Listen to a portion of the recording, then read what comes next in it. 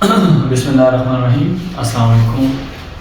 अच्छा स्टूडेंट्स, ये आज हमारे पास यहाँ पे मैं टॉपिक स्टार्ट करने वाला हूँ क्लास 11th का जो नया बुक है national book foundation federal board के जितने भी स्टूडेंट्स हैं और मुझे देख रहे हैं, तो मैं जो टॉपिक स्टार्ट कर रहा हूँ उनका chapter number first complex numbers जो हैं वो मैंने स्टार्ट करना है। आहिस्ता आहिस्ता मैंने पूरा ये कोर्स जो है ना कवर करना है। अच्छा, सबसे पहले ये कि जितने भी फेडरल बोर्ड के स्टूडेंट्स हैं और मुझे देख रहे हैं, तो ये फेडरल बोर्ड का कोर्स मैं यहाँ पे पढ़ा रहा हूँ और यहाँ पे हम जो है ना एक एक चैप्टर को भी करेंगे और साथ साथ में इनके जितने भी प्रूफ्स वगैरह एग्जाम्पल्स वगैरह वो सारे मैं आपको क्लियर करवाऊंगा। किसी को कोई डाउट हो, किसी को कोई वो हो, तो आप जो है ना कमेंट में बता सकते हैं मुझे। अच्छा, चैप्टर नंबर फर्स्ट जो है वो हमारे पास है कॉम्प्लेक्स नंबर्स। कॉम्प्लेक्स नंबर हमारे पास क्या होता है, हम लोगों ने 9th में भी पढ़ा है, 9th क्लास में भी हमने पढ़ा है। कॉम्प्लेक्स नंबर हमारे पास होते हैं combination of real and imaginary numbers is called complex number. Simple सी बात है कि जब रियल नंबर और इमेजिनरी नंबर इकट्ठे होते हैं तो हमारे पास क्या आता है, वो एक कॉम्प्लेक्स नंबर बनाता है। वो प्लस में भी हो सकते हैं, माइनस में भी हो सकते हैं हमारे पास, तो वो हमारे पास क्या होते हैं, कॉम्प्लेक्स नंबर होते हैं। अभी होता कैसे है, जो कॉम्प्लेक्स नंबर होता है वो हमारे पास, लेट्स सपोज मैं ले लेता हूं z is equals to a plus b iota. अभी ये मेरे पास एक कॉम्प्लेक्स नंबर है। कॉम्प्लेक्स नंबर कैसे हैं, ये जो a है ये रियल पार्ट होगा और ये जो b है ये आपके पास इमेजिनरी पार्ट होगा। अभी ये जो a है इसके साथ आयोटा नहीं है तो ये आपके पास रियल पार्ट होगा और जिस नंबर के साथ आयोटा आ जाए वो आपके पास क्या होगा, इमेजिनरी नंबर होगा, इमेजिनरी पार्ट होगा। इसका मैं माइनस भी लगा सकता हूं, मैं प्लस भी लगा सकता हूं, ये आपके पास कॉम्प्लेक्स नंबर बन गया। अच्छा जी, रियल नंबर को समझते हैं। रियल नंबर हमारे पास होता क्या है, रियल नंबर हमारे पास होता है, real number is equals to union of rational and irrational numbers. हमारे पास रेशनल नंबर और इर्रेशनल नंबर जब हम एक ही सेट में लिखते हैं तो हमारे पास वो बराबर होता है कि ये हमारे पास एक रियल नंबर है। मतलब union of rational and irrational number is called real number. आपके पास क्यों, जो कैपिटल क्यों है ये हमारे पास रेशनल नंबर के लिए हम डिनोट करते हैं और क्यों कंप्लीमेंट जो है ये इर्रेशनल नंबर के लिए हम डिनोट करते हैं, याद रखने अपने साथ। अभी जो हमारे पास रेशनल नंबर है ये हमारे पास होता क्या है, तो सिंपल सी बात है, रेशनल नंबर हमारे पास वो नंबर्स होते हैं जिसको हम p बाई क्यू फॉर्म में लिख सकते हैं और q does not equals to 0। देखिए आपके पास जो नंबर भी हम बटा फॉर्म में लिख सकते हैं लेकिन नीचे वाला नंबर 0 नहीं हो सकता, मतलब नीचे 0 नहीं आ सकता। तो आपके पास जब जहां पे भी नीचे 0 नहीं होगा और बटा फॉर्म में, जैसे मैं आपको दे दूं 5/2 हो गया, 7/3 हो गया, आपके पास कुछ भी ले ले, सपोज सिर्फ 2 ले ले क्योंकि नीचे कुछ भी नहीं है तो 1 है आपके पास, तो ये भी एक रेशनल नंबर है आपके पास, ये भी रेशनल नंबर, ये भी क्योंकि इसको हम बटा फॉर्म में लिख सकते हैं आपके पास। अच्छा, नीचे जो है वो 0 नहीं हो सकता, क्यों, क्योंकि अगर मैं आपसे पूछूं कि 2/0 से क्या आएगा तो आपके पास 2/0 से इंफिनिटी आता है, अनडिफाइंड आता है आपके पास। क्लियर हो गया, तो इसीलिए मैं नीचे 0 नहीं लगा सकता क्योंकि इसका कोई मकसद नहीं, कैलकुलेटर में एरर दे रहा है। यहाँ पे ऊपर 0 आ सकता है, मतलब 0/2 लिख सकता हूं, उससे 0 आ सकता है, कोई इशू नहीं, कोई प्रॉब्लम नहीं। लेकिन नीचे भी 0 नहीं हो सकता, ऊपर और नीचे दोनों भी 0 नहीं हो सकता, मतलब u भी नहीं हो सकता, 0/0 भी नहीं आ सकता। क्लियर हो गया, ये भी अनडिफाइंड फॉर्म है आपके पास। क्लियर हो गया। अच्छा जी, अभी रेशनल नंबर हमारे पास इसको भी कहते हैं कि आपके पास रेशनल नंबर के दो कंडीशंस होते हैं कि वो आपके पास वो जो फ्रैक्शन है वो टर्मिनेटिंग होगा, वो क्या होगा, टर्मिनेटिंग होगा, और दूसरा जो है ये जो फ्रैक्शन होगा ये नॉन रिपीटेड होगा, नॉन रिपीटेड होगा, नॉन रिपीटेड और नॉन रिकरिंग, दोनों आप कह सकते हैं कि नॉन रिपीटेड और नॉन रिकरिंग ये दोनों हो सकते हैं। अब इसमें ये दोनों लाजमी है, मतलब टर्मिनेटिंग भी होगा और नॉन रिपीटेड भी होगा। इसमें से अगर एक केस में फेल हुआ तो फिर वो रेशनल नंबर नहीं होगा। अब इसमें टर्मिनेटिंग का मतलब ये है कि ये एक खास पॉइंट पे खत्म होगा आपके पास, मतलब जैसे 5/2 को अगर आप देखें तो 5/2 से आपके पास आता है 2.5, तो अभी ये एक पॉइंट पे खत्म हो गया आपके पास, मतलब आपके पास ये नंबर जो है आगे नहीं जा रहा, कंटिन्यूअसली नहीं जा रहा, और एक नंबर रिपीट भी नहीं हो रहा है, मतलब नॉन रिपीटेड भी है और टर्मिनेटिंग भी है। तो ऐसे नंबर को हमारे पास हम क्या कहते हैं, रेशनल नंबर कहते हैं। क्लियर हो गया। अभी तो ये 5/2 हमारे नंबर हो गया। अभी इर्रेशनल नंबर जो होगा वो बिल्कुल इसका उलट होगा। कैसे उलट होगा कि मतलब वो हमारे पास नॉन टर्मिनेटिंग होगा और रिपीटेड होगा। मतलब उसमें एक नंबर जो होगा वो बार बार रिपीट होता जाएगा। तो ऐसे नंबर्स को हम इर्रेशनल नंबर कहते हैं। सर इर्रेशनल नंबर की एक मिसाल दे दे। लेट्स सपोज मैं आपको बता दूं पाई आपके पास क्या है, इर्रेशनल नंबर है। क्योंकि अगर मैं लिखूं 22/7 तो 22/7 से 3.14159 अप टू सो ऑन ये जा रहा है। मतलब ये नॉन टर्मिनेटिंग है आपके पास और रिपीटेड है। एक नंबर बार बार जो है ना उसमें रिपीट हो रहा है आपके पास। अच्छा जी, इसके बाद देखिए ये तो आपके पास था रेशनल इर्रेशनल। अभी सुने, जब इस रेशनल नंबर को और इर्रेशनल नंबर्स को एक ही सेट में लिखते हैं तो हमारे पास ये कौन सा नंबर बनता है, रियल नंबर बनाता है। इन दोनों के सेट को हम कहते हैं रियल नंबर है हमारे पास। क्लियर हो गया? अच्छा रियल नंबर तो क्लियर हो गया आप लोगों को। अभी आगे चलते हैं इमेजिनरी नंबर। अच्छा रियल नंबर नेगेटिव भी हो सकते हैं, पॉजिटिव भी हो सकते हैं। तो अभी आगे हम चलते हैं इमेजिनरी नंबर्स की तरफ कि इमेजिनरी नंबर हमारे पास होता क्या है। अच्छा जी, इसमें से किसी को कोई भी क्वेश्चन हो तो आप कर सकते हैं, क्वेश्चन कमेंट में कर सकते हैं। जिसको भी कोई क्वेश्चन हो तो आप कमेंट में कर सकते हैं। अच्छा जी, इसके बाद हमारे पास आता है इमेजिनरी नंबर्स। तो इमेजिनरी नंबर का कॉन्सेप्ट इतना मतलब कोई लेंथी नहीं है कि मैं आपको बताऊं, कोई मुश्किल नहीं है। आप लोगों ने सिर्फ ये याद रखना है आसान सा स्टूडेंट्स के लिए कि ऐसा नंबर जो हमारे पास क्या होता है जिसके साथ क्या आ जाए, आयोटा आ जाए। बस सिंपल सी बात, वो हमारे पास क्या होगा, इमेजिनरी नंबर होगा। सिंपल सादा अल्फाज में आयोटा का मतलब क्या है सर, आयोटा आपके पास क्या है, अगर मैं इसको लिख लूं ना, मैं बताऊंगा आप लोगों को कि ये इट इज एन इंडिकेटर। ये आपके पास क्या है, एक इंडिकेटर है, or unit of imaginary numbers. तो फिर भी सही है, कोई मसला नहीं।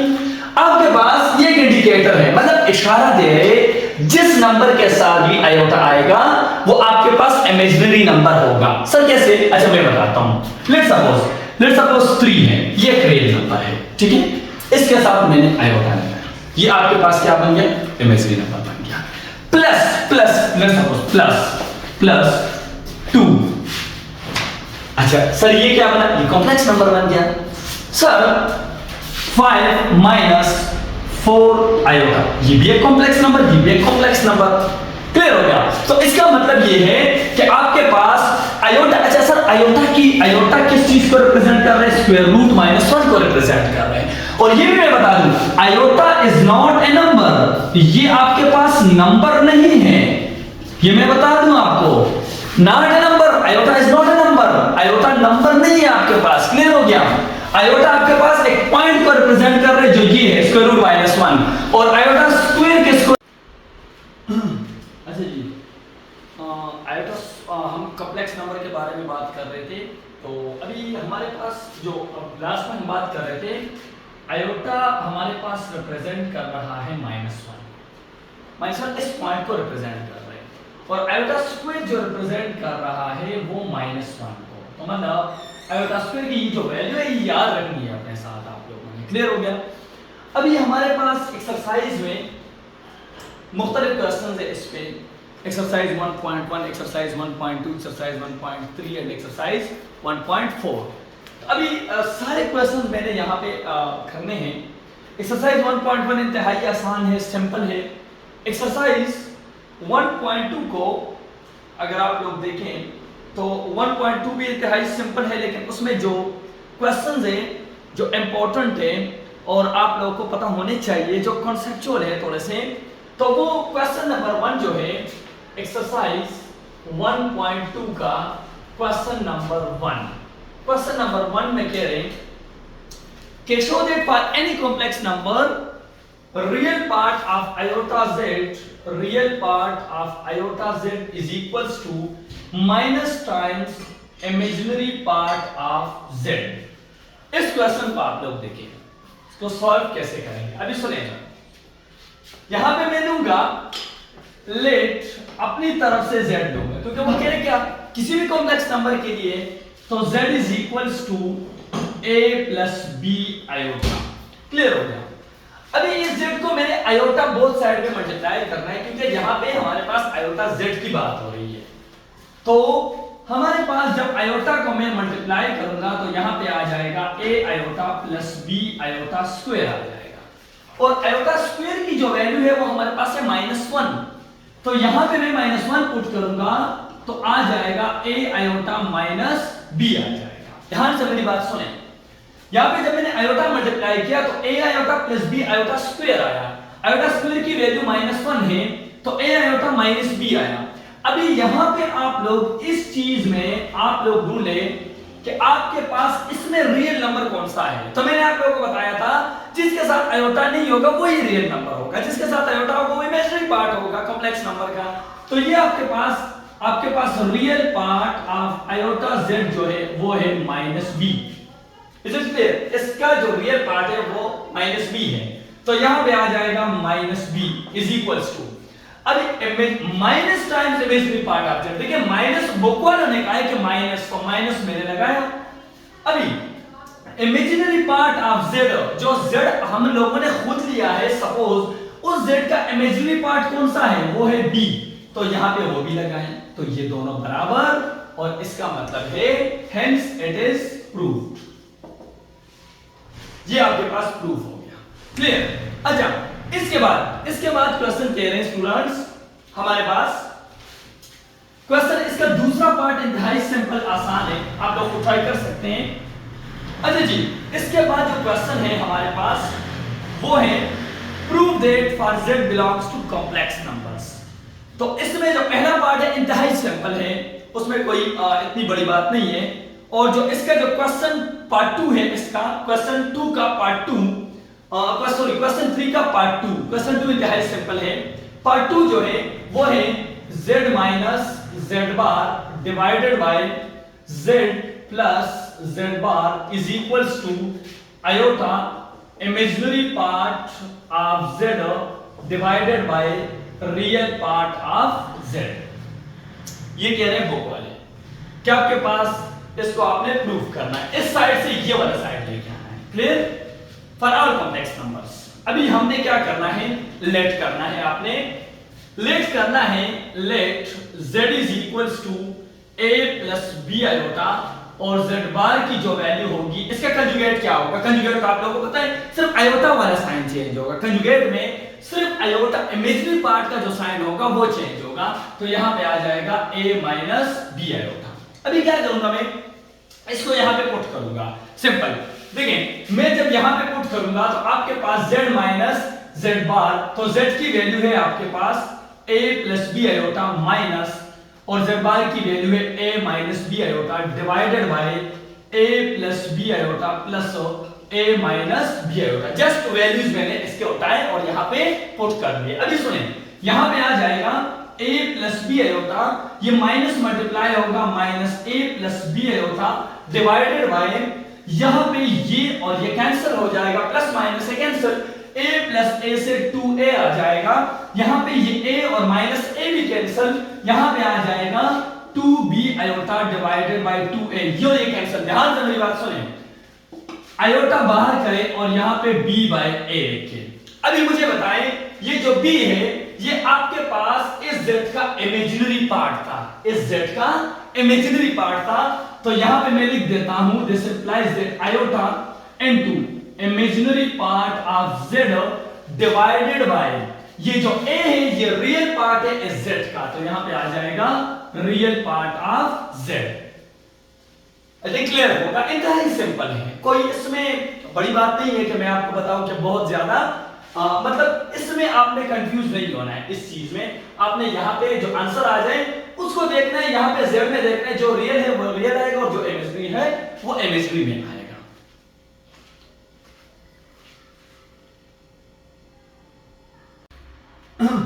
अच्छा स्टूडेंट्स, अभी एक्सरसाइज 1.2 का क्वेश्चन नंबर 4 है, एक्सरसाइज 1.2 का फेडरल बोर्ड का क्वेश्चन नंबर 4।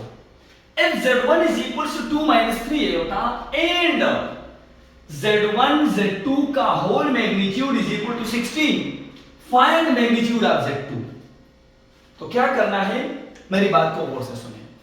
आप लोगों ने कॉम्प्लेक्स नंबर के बारे में आपको पता होना चाहिए कि कॉम्प्लेक्स नंबर के कुछ प्रॉपर्टीज हैं। उन प्रॉपर्टीज को यहां पे अप्लाई करके हमारे पास Z2 मैग्नीट्यूड निकाल सकते हैं हम। कैसे? देखिए हमें पता है कि Z1 Z2 magnitude is equals to Z1 magnitude dot Z2 magnitude. ये दोनों बराबर आएंगे तमाम कॉम्प्लेक्स नंबर के लिए। आप इसका प्रूफ भी कर सकते हैं, कैसे करेंगे वो मैं जो है ना यहाँ पे प्रूफ कर लूंगा, फिर आपको समझ में आ जाएगा। अगर आपने खुद करना है तो Z1 की जगह a प्लस बी आयोटा ले ले, Z2 की जगह c प्लस डी आयोटा ले ले, तो आपके पास इसका मैग्नीट्यूड बिल्कुल सेम आएगा। अब यहाँ पे मैंने क्या करना है, इसी रिजल्ट को मैंने यूज करना है। कैसे? देखिए आपने यहाँ पे लिखना है वी नो दैट, हम जानते हैं Z1 Z2 is equals to Z1 dot Z2। तो अभी सुने, मैंने इसको लेना है क्योंकि ये इसके बराबर है, तो मैं इसकी जगह में पुट करूंगा 16, तो आपके पास आ जाएगा Z1 dot Z2 is equals to 16। इसकी जगह मैंने 16 पुट किया। अभी Z1 आपके पास मौजूद है, तो Z1 का जो मैग्नीट्यूड होगा वो आपके पास होगा 2 का स्क्वायर प्लस 3 का स्क्वायर, तो Z1 का मैग्नीट्यूड आएगा 4 plus 9 which is equals to 13। ये आपके पास इसका मैग्नीट्यूड आया। अभी मैग्नीट्यूड का फार्मूला क्या है आपको पता होना चाहिए कि Z magnitude a square plus b square के बराबर होगा। अभी सुने, इसके बाद Z1 की जगह ये वैल्यू पुट करनी है, स्क्वायर रूट 13 इनटू Z2 का magnitude is equal to 16। Both side में ये डिवाइड करना है, तो Z2 is equals to 16 divided by square root 13 इसका आंसर हो गया। क्लियर होगा? मुश्किल नहीं है, इंतहाई सिंपल है।